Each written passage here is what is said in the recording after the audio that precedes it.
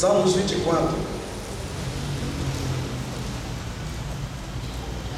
Hoje à noite, a gente vai apenas introduzir, amanhã de manhã vamos continuar falando sobre isso, e talvez amanhã à noite a gente termina, porque eu quero falar essas 3 vezes, eu quero falar sobre a missão da igreja à luz do reino de Deus.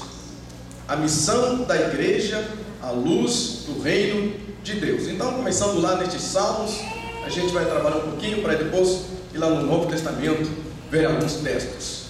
Diz assim a palavra do Senhor: ao Senhor pertence a terra e tudo que nele se contém, o mundo e os que nele habitam. Fundou a ele sobre os mares e sobre as correntes a estabeleceu. Quem subirá ao monte do Senhor? Quem há de permanecer no seu santo lugar? O que é limpo de mãos e puro de coração, que não entrega a sua alma à falsidade, nem jura dolosamente. Este obterá do Senhor a bênção e a justiça de Deus da sua salvação. Tal é a geração dos que o buscam, dos que buscam a face do Deus de Jacó. Levantai, ó portas, as vossas cabeças, levantai-vos, ó portais eternos, para que entre o Rei da Glória. Quem é o Rei da Glória? O Senhor forte e poderoso, o Senhor poderoso nas batalhas. Levantai, ó portas, as vossas cabeças, levantai-vos, ó portais eternos, para que entre o Rei da Glória. Quem é esse o Rei da Glória? O Senhor dos exércitos, Ele é o Rei da Glória. Quando nós lemos esse texto, algumas vezes quando eu me deparei com esse texto, algumas coisas não entendia. Só mais tarde, quando cheguei aqui no Brasil, depois de passar pela escola teológica, porque a expressão reino, para mim não era tão familiar. A expressão Rei da Glória não era tão familiar.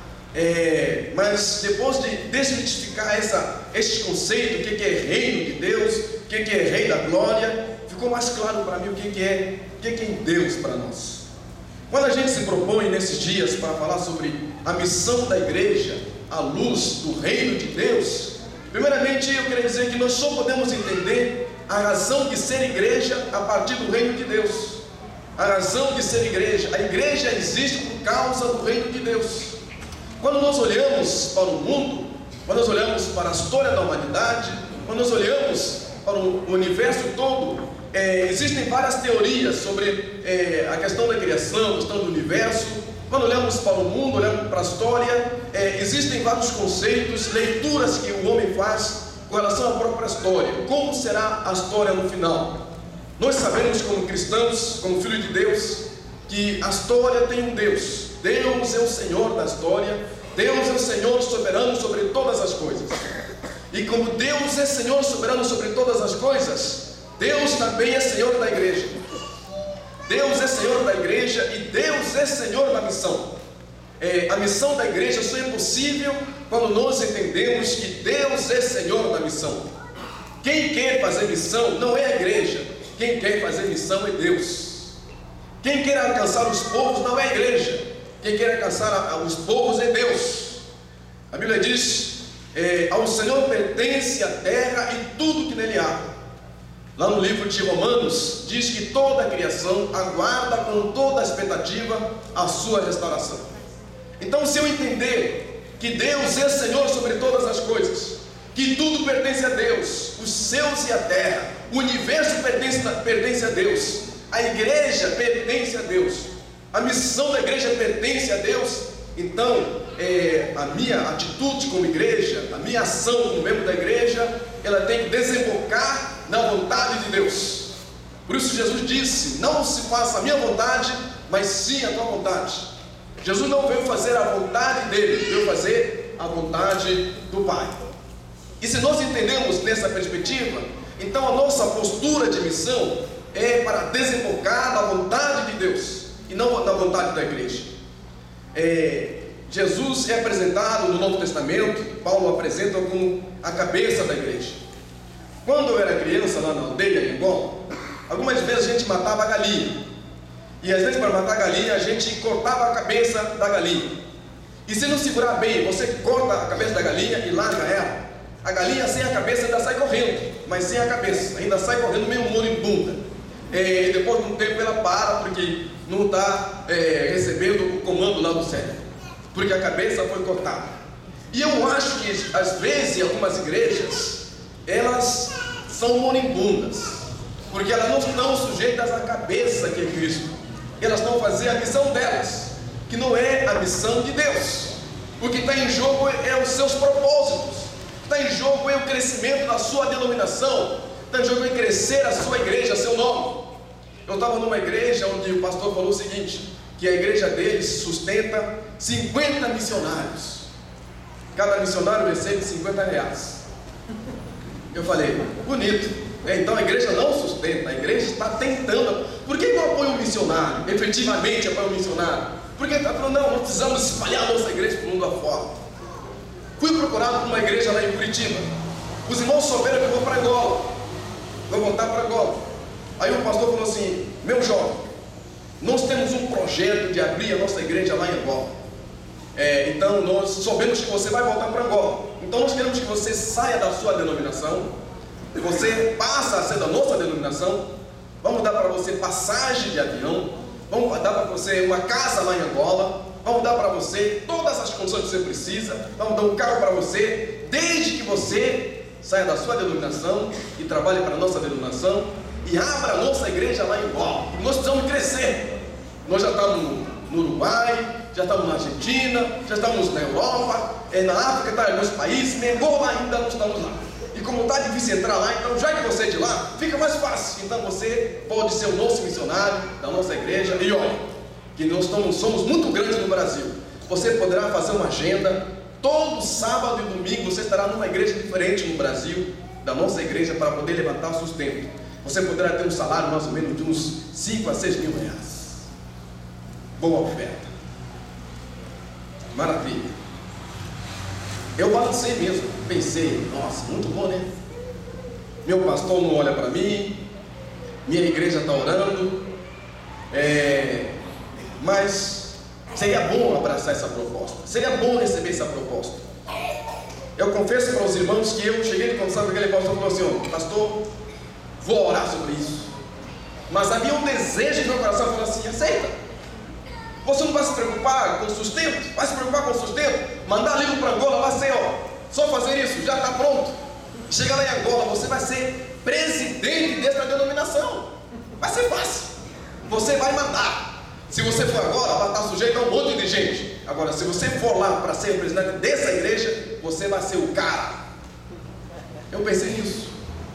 Mas eu pensei, Deus está nisso? Isso aqui é visão de Deus? Isso aqui é reino de Deus?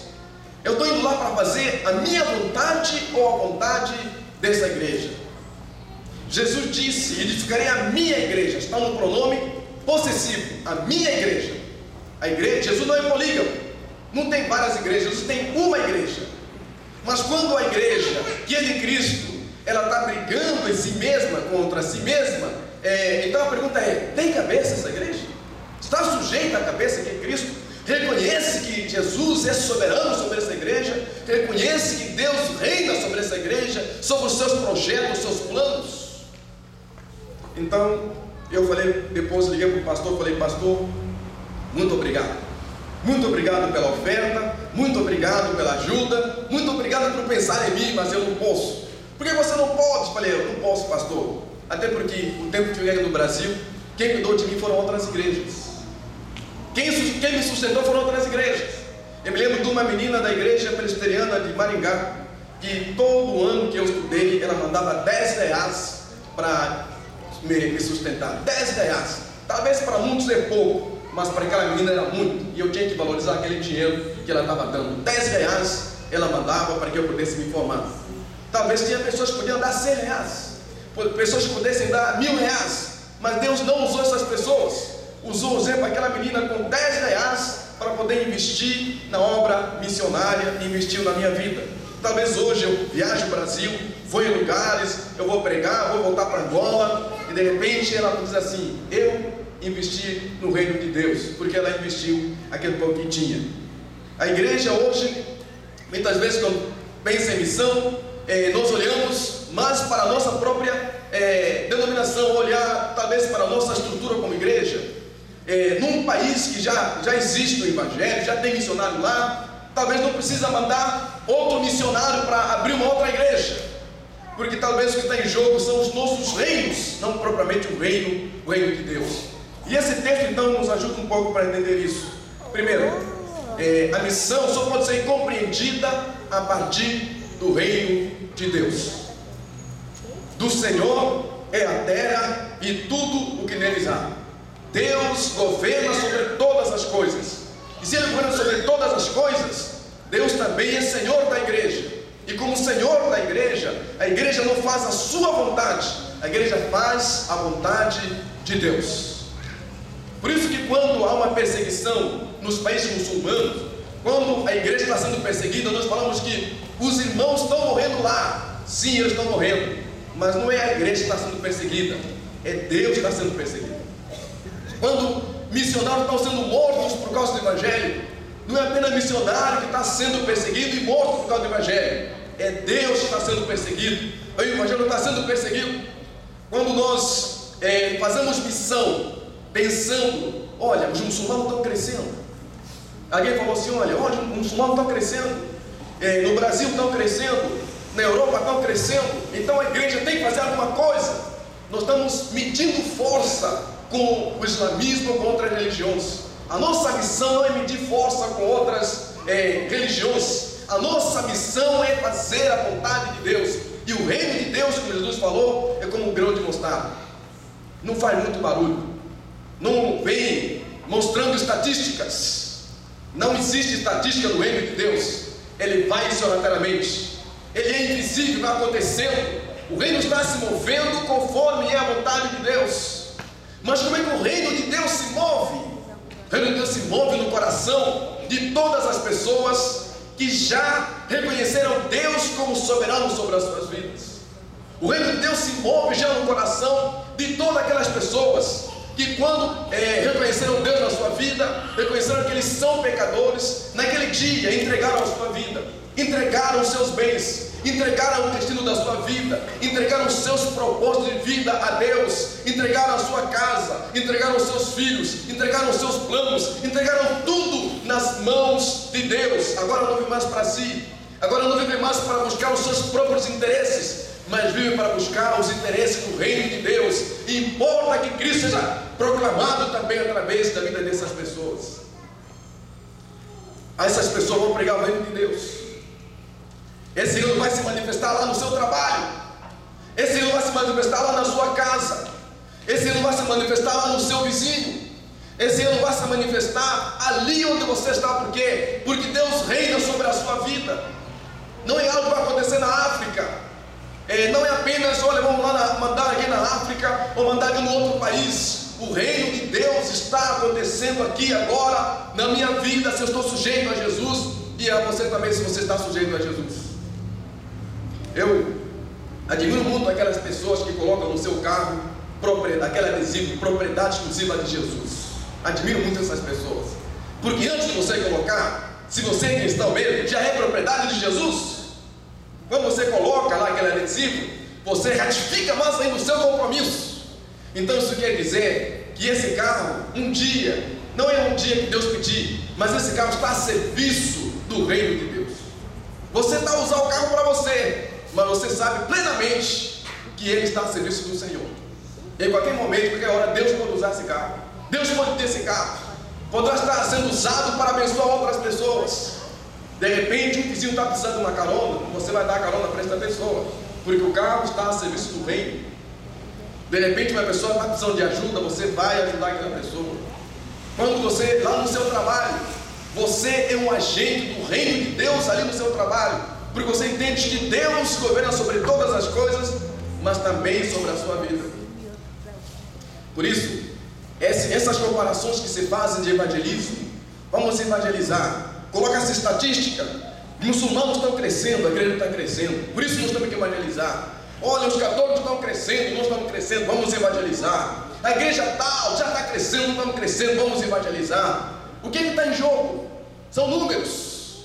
E na nossa sociedade hoje, as pessoas não são contadas como pessoas, mas são contadas como números. E no reino de Deus, não existe a estatística, quem sabe é Deus, não somos nós. Ele está acontecendo ali onde você está.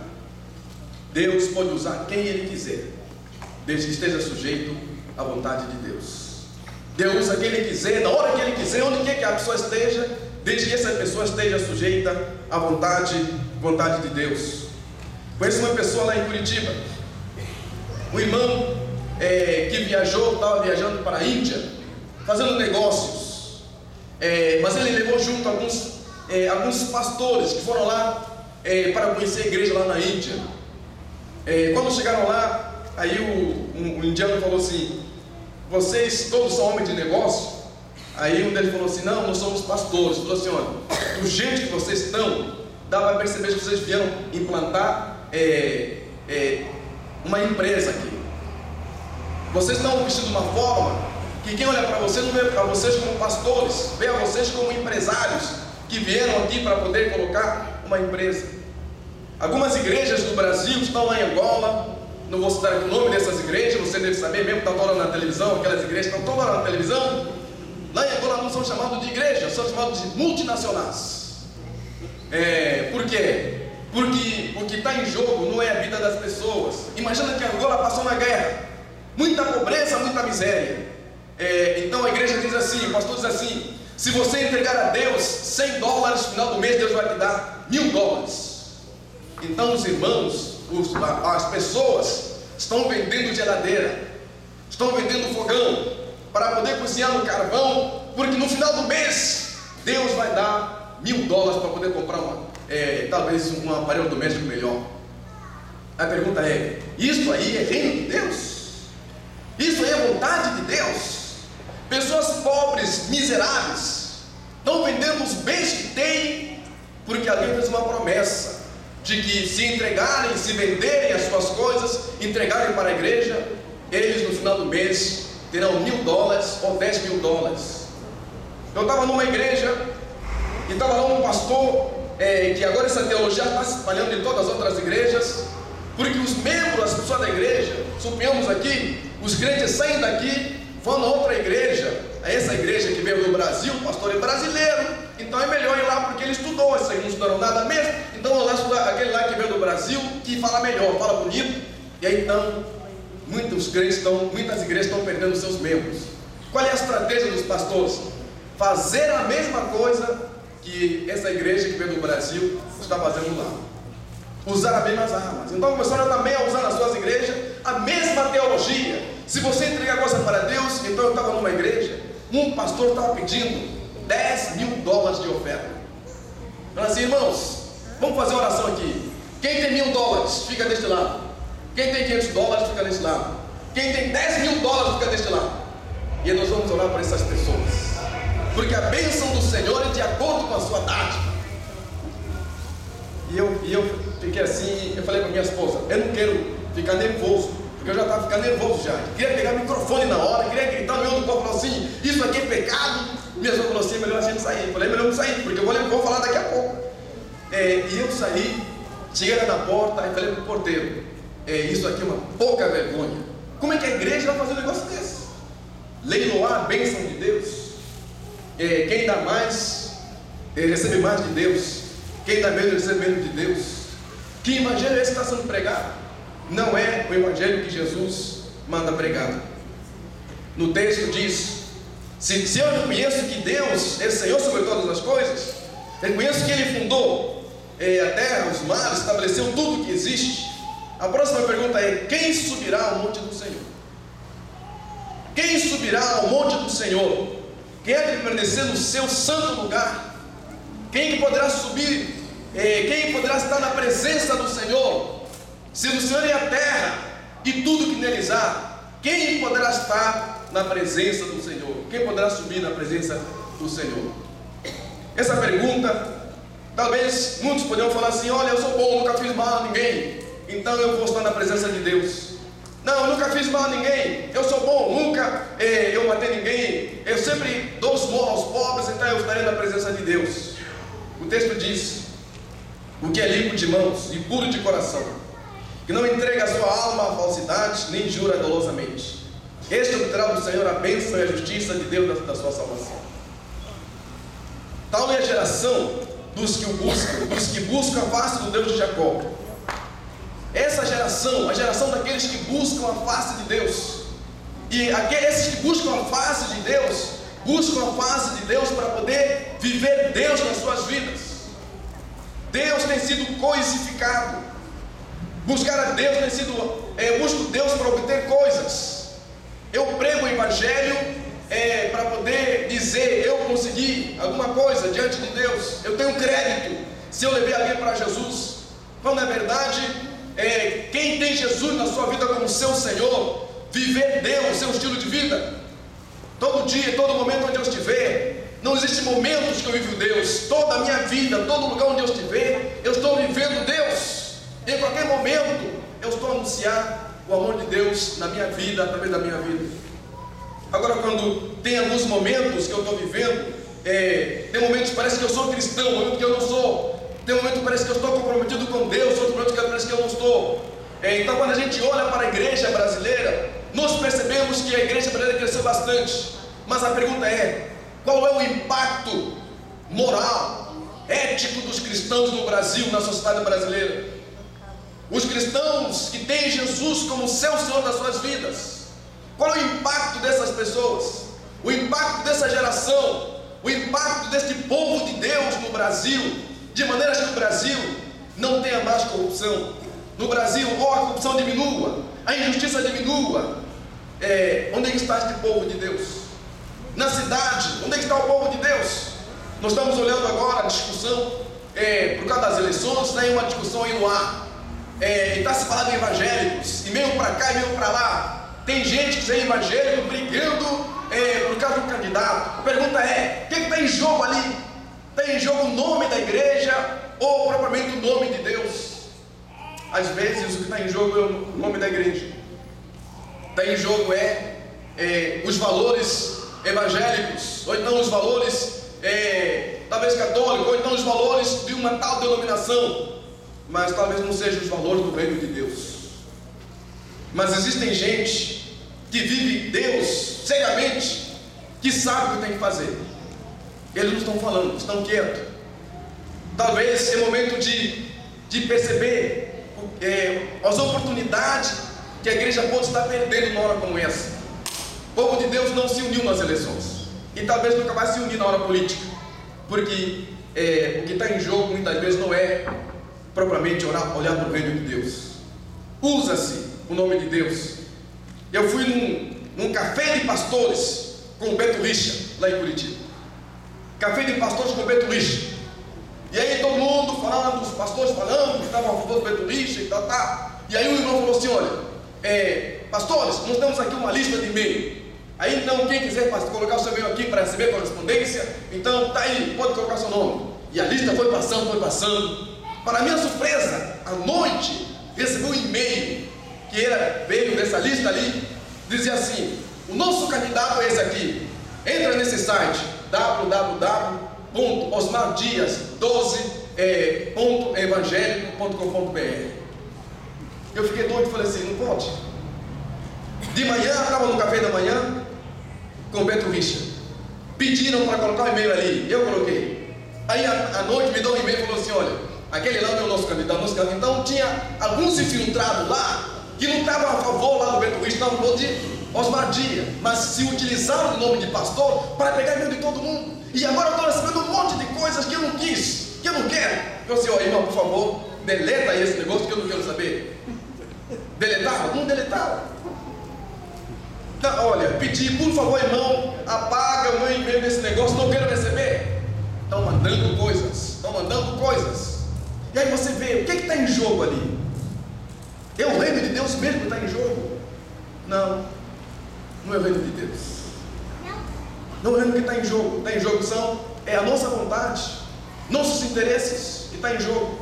Ou de repente, quando a gente fala,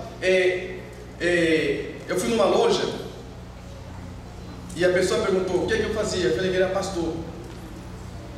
E a pessoa falou assim: se eu vou comprar à vista, vai deixar um cheque? Eu falei: ia deixar um cheque. Ele falou: o senhor me perdoa, mas a gente não aceita cheque de pastor. Bem assim, a gente não aceita cheque de pastor, sabe por quê? Cheque de pastor, cheque de assim, Deus te pague. Eu estava num hotel em Blumenau. Fui lá dar uma palestra pelo Colégio Bom Jesus. Aí estava no hotel. Aí começando a conversar bem. Aí eu falei para a moça, deixa eu pagar. Aí ela falou assim, o que o senhor faz? Eu falei, eu sou pastor. Falou, então o senhor tem que pagar agora. Você não pode pagar depois, tem que pagar agora. Eu falei, por quê? Ele falou assim, olha, nós já tivemos muitos prejuízos. Tem pastor que brigou lá com a igreja dele, o que ele faz? Tem um cartão aqui, aquele talão lá de cheque lá enorme, e ele vai distribuindo cheque em nome da igreja na cidade toda, fazendo compra, e a igreja que fica suja, e tem gente fazendo isso.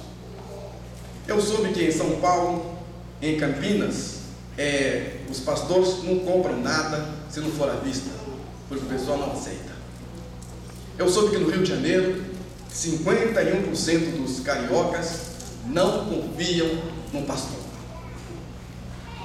Então, mas por quê? Porque não há uma compreensão realmente de quem é Jesus na minha vida. Brinca-se com Deus, brinca-se com o nome de Deus. Jesus, fala-se que Jesus é soberano, palavras, mas na prática, na vivência,